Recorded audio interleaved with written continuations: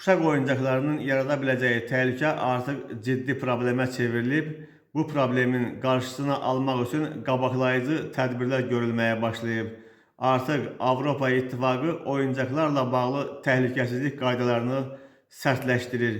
Avropa İttifaqı oyuncaqlarla bağlı təhlükəsizliyi gücləndirən yeni oyuncaq təhlükəsizliyi reqlamentini qəbul edib.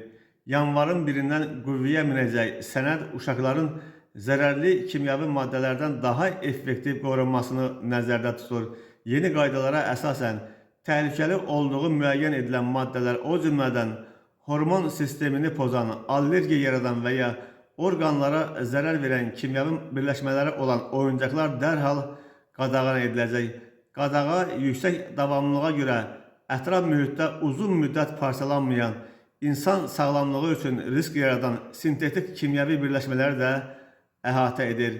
Bundan başqa, xərçəng, genetik zədələnmə və reproduktiv sağlamlığa təhlükə yaradan maddələrə dair mövcud məhdudiyyətlər də sərtləşdirilir. Sənədin icrasında rəqəmsal nəzarət mexanizmləri genişləndiriləcək.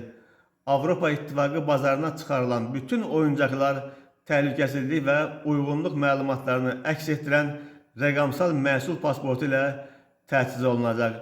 Onlayn satılan və ya Avropa İttifaqı ölkələrinə idxal edilən oyuncaqlar üzrə bu məlumatlar gömrük orqanları tərəfindən də yoxlanıla biləcək. Yeni qaydalar 2030-cu il avqustun 1-dən tam tətbiq ediləcək.